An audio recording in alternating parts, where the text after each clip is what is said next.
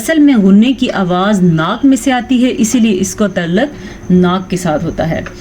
اچھا، اب ہم یہاں پہ وقف کر رہے ہیں تو وقف کی وجہ سے حمزہ ساکن کی آواز آنی چاہیے۔ پھر سے سنیں، مما یشاء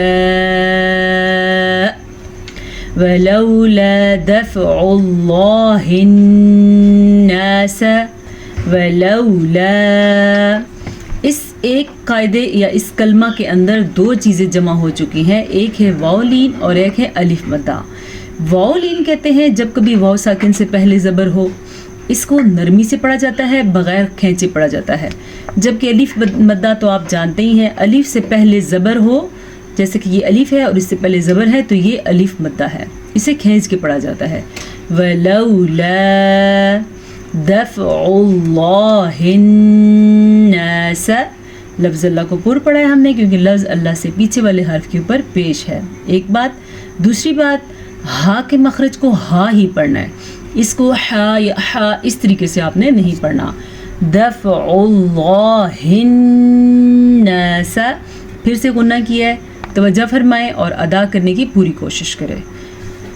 بعضهم ببعض لفسدت الارض، بعضهم ببعض، آئین کے مخرج کا دھیان رکھیے گا، زوات کو پر پڑھنا۔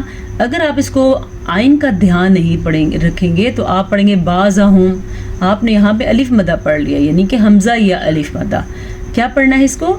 بعضهم ببعض، میم ساکن کے بعد حرف با آیا ہے تو دونوں ہونٹ بند ہو جائیں گے اور غنّے کی آواز نکلے گی۔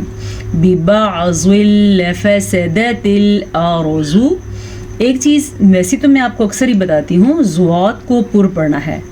آج کی اس جگہ پہ 2-3 دفعہ زواد آیا ہوا ہے، تو زواد ان حروف میں شامل ہے جو کہ ہمیشہ ہی پر پڑھے جاتے ہیں۔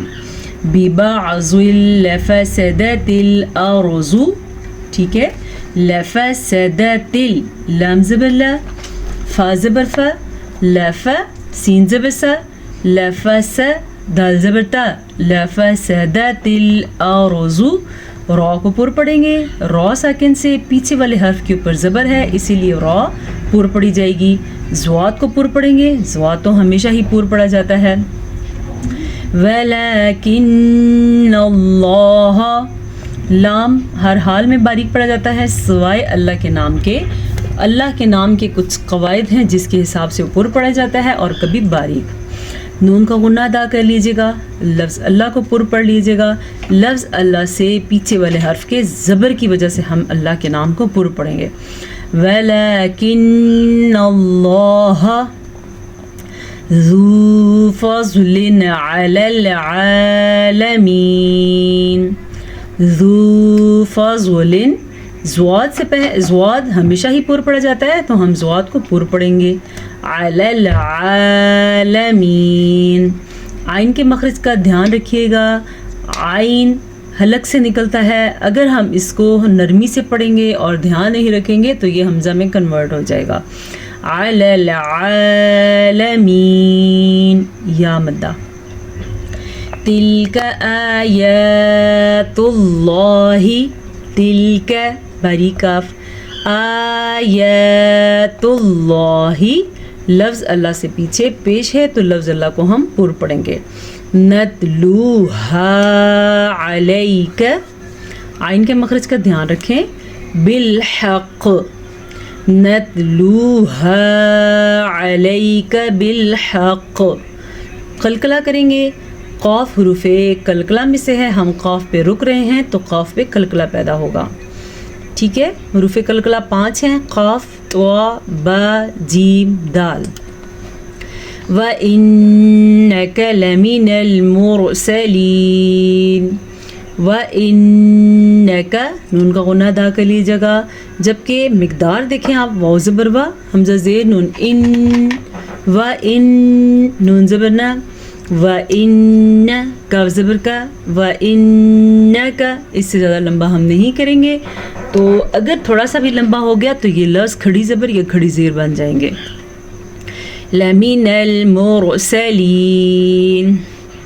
را کو پر پڑھیں گے کیونکہ را ساکن سے پیچھے والے حرف کے اوپر پیش ہے، اسی وجہ سے را پر پڑھی جائے گی۔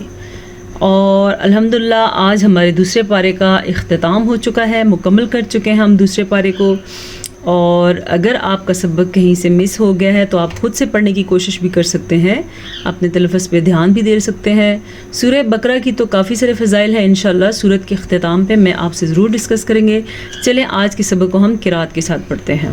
اعوذ باللہ من الشیطان الرجیم، بسم اللہ الرحمن الرحیم، فہزموہم بإذن اللہ،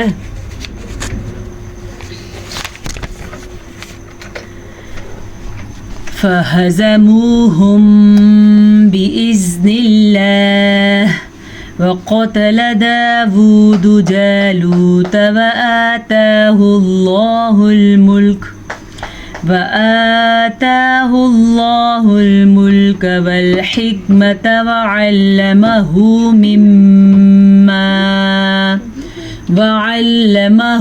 مما يشاء، ولولا دفع الله الناس بعضهم ببعض لفسدت الأرض ولكن الله ذو فضل على العالمين، تلك آيات الله نتلوها عليك بالحق وإنك لمن المرسلين، صدق الله مولانا العظیم۔ انشاءاللہ ہم آنے والے دنوں میں تیسرے پارے کا آغاز کریں گے۔ اللہ تعالی ہمارے علم میں اور ہمارے عمل میں اضافہ فرمائے اور قبول ہونے والا علم نصیب فرمائے۔ اجازت دیجیے، السلام علیکم ورحمۃ اللہ وبرکاتہ۔